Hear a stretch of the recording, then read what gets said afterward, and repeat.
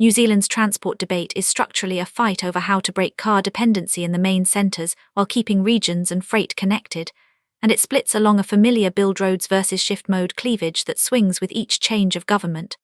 The durable disagreement is not about whether congestion, poor public transport and unsafe active networks are real problems, but about which lever leads: more road capacity, more rapid transit, pricing demand, or rezoning land around transit.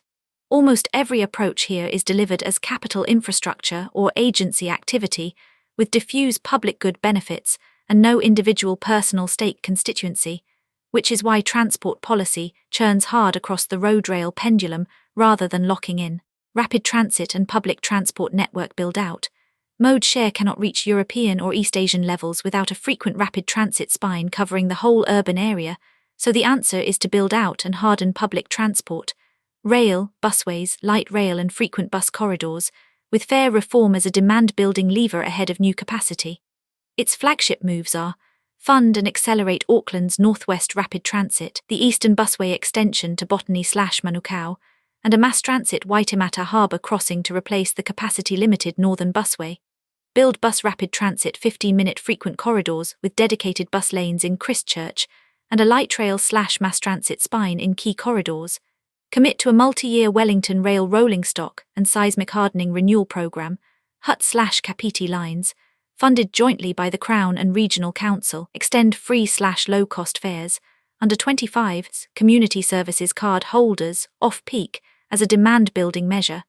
The central tension: capital costs of $2-5 BN plus per corridor and decades long. Build times means sequencing leaves much of the network unserved beyond any political cycle.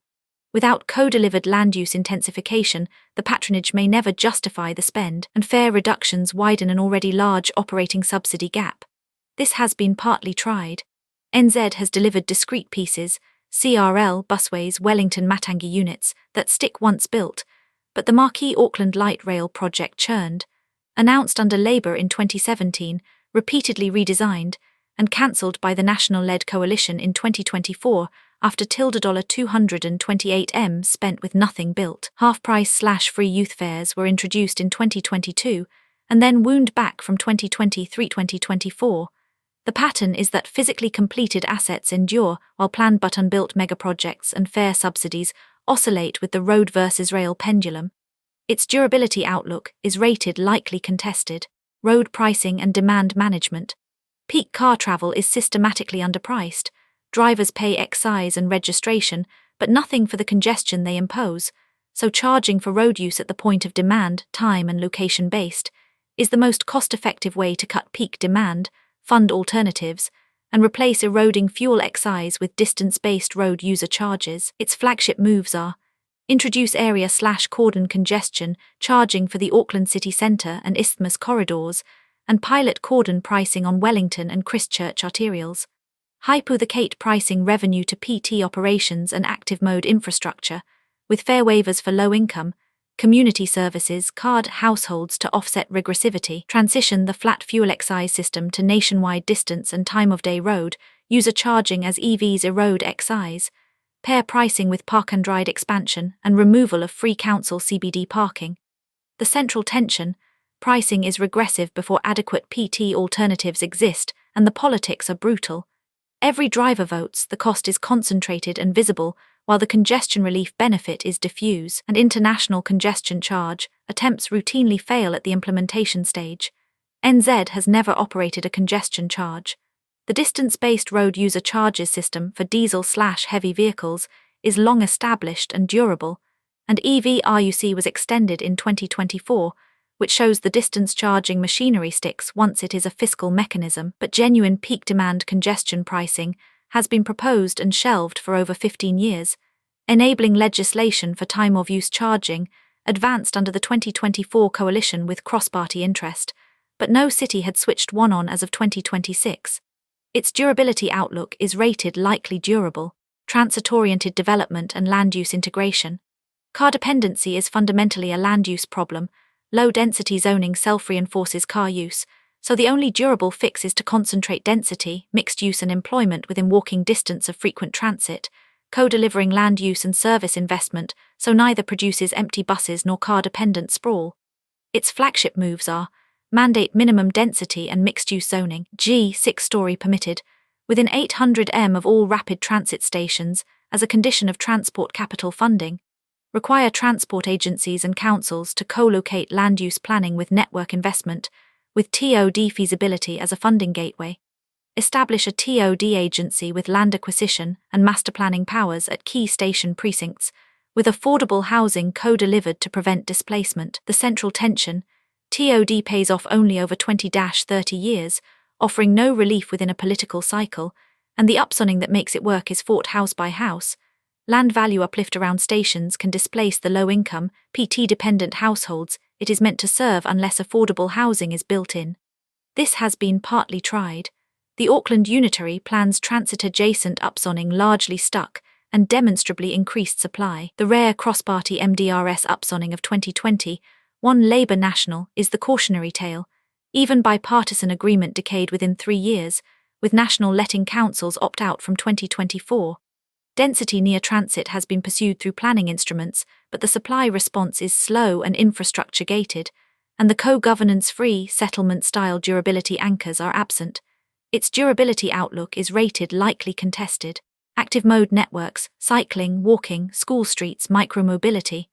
Meaningful cycling and walking mode share requires connected, physically separated infrastructure on arterials plus local area treatments, protected cycleways with no gaps, low-traffic neighbourhoods, school streets and e-bike/micromobility access, because painted lanes and missing links deter the large interested but concerned majority. Its flagship moves are build a connected citywide protected cycling network, closing all on-road gaps and embedding cycleways in the road renewal/reseal program at near zero marginal cost, convert highest volume arterials to protected cycleway standard, and complete urban cycleway program gaps within 10 years, roll out school streets closures, low-traffic neighbourhoods and modal filters around primary schools, plus safe routes to school connections, improve e-bike access and last-mile micromobility integration with PT.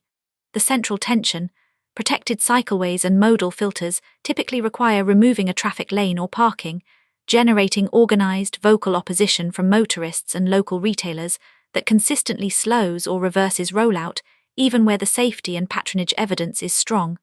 Local schemes also export displaced traffic to surrounding arterials.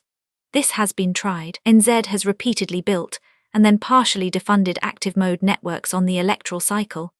The 2015 Urban Cycleways Programme, a national initiative, delivered separated infrastructure that endures where built, and individual cycleways, Auckland's Lightpath/Northwestern Path, stuck.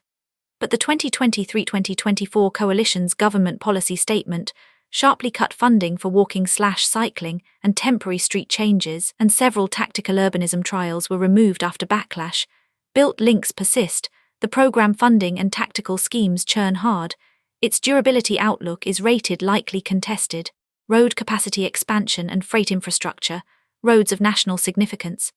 Congestion, poor resilience and freight constraints are best addressed by expanding road and corridor capacity, new motorways, tunnels, four-laning and key freight links, backed by the view that car and truck travel will remain dominant and that resilient roads serve regions and the export economy that rapid transit cannot. Its flagship moves are deliver a roads of national significance programme of new/expanded state highways and four-laning, progress the Wellington MT Victoria Second Tunnel and Terrace Tunnel replacement to higher capacity, plus SH resilience alignments, invest in regional freight corridors, port/rail freight links and inland port diversion, e.g. Auckland Port to Wiri Freight Rail, to cut truck conflict and unit logistics costs, optimise existing networks, adaptive signals, ramp metering, bus lanes, to raise throughput without large capital. The central tension, induced demand erodes congestion gains within 5-15 years, returning the network to a congested equilibrium at higher volume, and large roading capital crowds out frequent service PT and conflicts with climate commitments. The central fight is build supply versus price/shift demand. This has been tried. This is the most tried approach and it ping-pongs hard. National's first Row NS programme, 2009, built major motorways that endure once opened, Waterview, Transmission Gully. Labour deprioritised new Row NS from 2017 in favour of rail/safety/PT. The 2024 coalition revived a large Row NS pipeline and reweighted the government policy statement back toward roading. Completed highways stick permanently, but the forward roading versus rail priority flips at every change of government, and many marquee projects, second MT Victoria Tunnel, Auckland Light Rail's road alternatives, stall through repeated business case cycles. Its durability outlook is rated likely contested.